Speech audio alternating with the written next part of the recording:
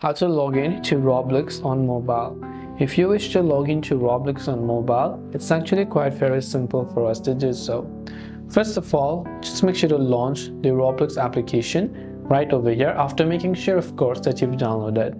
Now you can choose to create an account if you want to by tapping on create account, but you can also tap on sign in and you can simply choose your saved account details. So you can type in your email, username or phone number and type in the password. If your details are correct, when you tap on sign in, you'll be successfully signed in.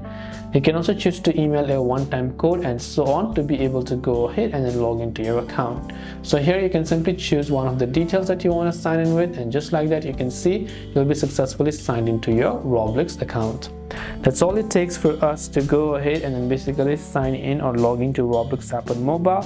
I hope that this video helped you out. If you have got any further questions, feel free to also leave them down in the comment section below. As always, thanks for watching till the very end of the tutorial and see you soon in our next video.